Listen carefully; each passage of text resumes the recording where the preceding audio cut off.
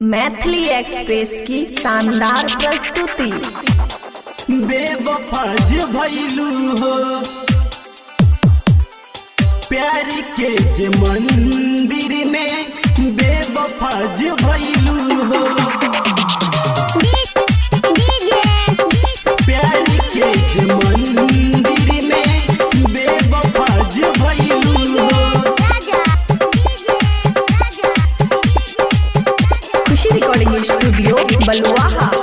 तोर दिहल दिल जन्म चीता समाज हो, तोर दिहल दिल जन्म चीता समाज हो।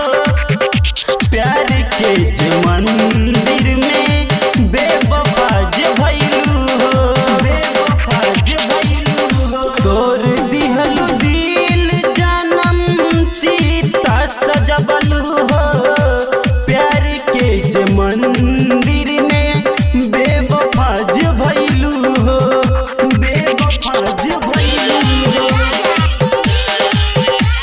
प्यार के जे मंदिर में, बेवफाज भइलू हो।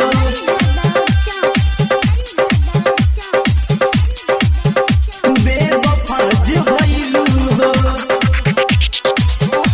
कर दिहल खून तू हो हमरो यार मान के, कर दिहल खून तू हो हमरो यार मान के।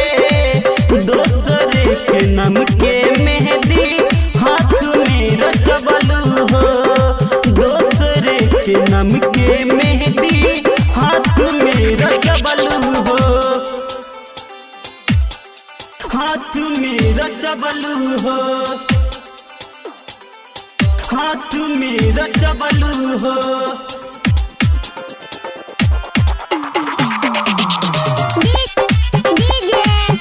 प्यार के जे मंदिर में, बेवफाज भइलू हो।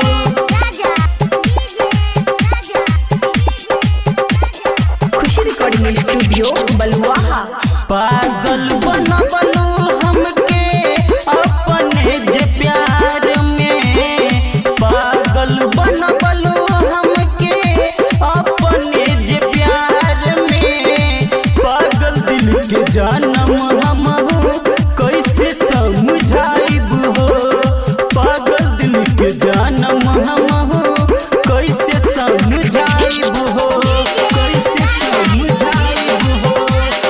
पागल दिल के जानम हम कैसे समझाइब हो, बेवफाज भइलू हो।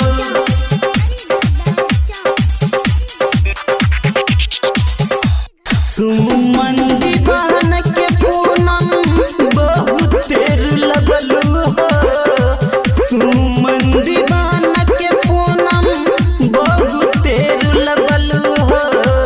वापस जइबू जानम हमके नाही पैबू हो, वापस जइबू जानम हमके नाही पैबू हो।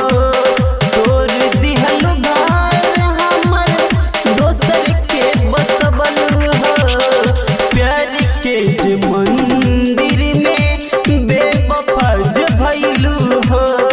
प्यार के जे मंदिर में, बेवफाज भइलू हो।